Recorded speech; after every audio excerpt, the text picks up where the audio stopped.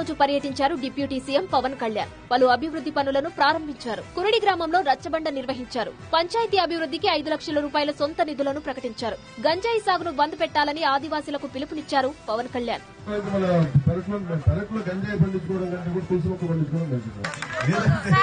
మీరు మారేడు మొక్క పెంచితే మారేడు ఇది తీస్తారు, కాయలు వస్తాయి. దాంతో కూడా చాలా మాదీపులు రసాయనం చేస్తారు. అంటే నిజంగా చేసుకోవాలంటే డబ్బులు కావాలని చాలా చాలా పరిస్థితులు ఉన్నాయి. అది ఇది ప్రభుత్వం కొంచెం బాధ్యత తీసుకుని ఐటీడీఏ ఉంది, చాలా అంటే అన్ని కూడా పని చేయడానికి సంసిద్ధంగా ఉన్నారు, కానీ పని చేయించే నాయకత్వం కావాలి. కురిడి గ్రామాన్ని ఆదర్శంగా తీర్చిదిద్దుతానన్నారు డిప్యూటీ సీఎం. దత్త తీసుకోవడానికి ఎందుకు వస్తాను ఇక్కడికి? నేను దత్తజం కాదు, మీకు నేను చేసి పెడతాను కదా. దత్త గ్రామం కాబట్టి ఇక్కడ కూర్చున్నాను. ఉమ్మడి సాగు ద్వారా కాఫీ తోటలు పండించి ఆదాయం పెంచుతామన్నారు పవన్ కళ్యాణ్. టూరిస్టులకు అద్దెకు ఇచ్చేలా ఇళ్లను అందంగా తీర్చిదిద్దితే ఆదాయం పెరుగుతుందన్నారు ఆయన.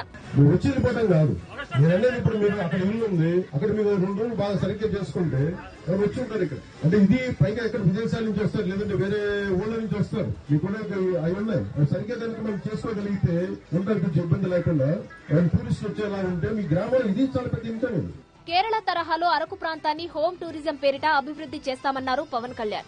ఈ గిరిజన గ్రామ దేవతలు విశ్వాసాల ఆధారంగా సాంస్కృతిక పర్యాటక కేంద్రాలుగా అభివృద్ది చేస్తే దానివల్ల అదనంగా కొంత ఉపాధి లభిస్తూ ఉంది. అలాగే మీరు కొత్తగా కనుక పండుగలు గానీ ఉత్సవాలు గానీ పర్యాటకులు కొత్త అనుభవం యువత సపోజ్ కేరళ పోయామనుకోండి, కేరళ పోతే అక్కడ ప్రత్యేకించి వాళ్ళ ఉత్సవాలకు మనం అందరం పోతాం ఇక్కడి నుంచి. అలాగే దింస రుచిగారులు ఉన్నారు, వారిని చూడడానికి ప్రత్యేకించి వస్తారు. వీటన్నిటిని అనుసంధానం చేసి మీకు ఉపాధి అవకాశాలు లభించేలాగా ఒకసారి టూరిజం శాఖ మంత్రి గారితో కూర్చొని.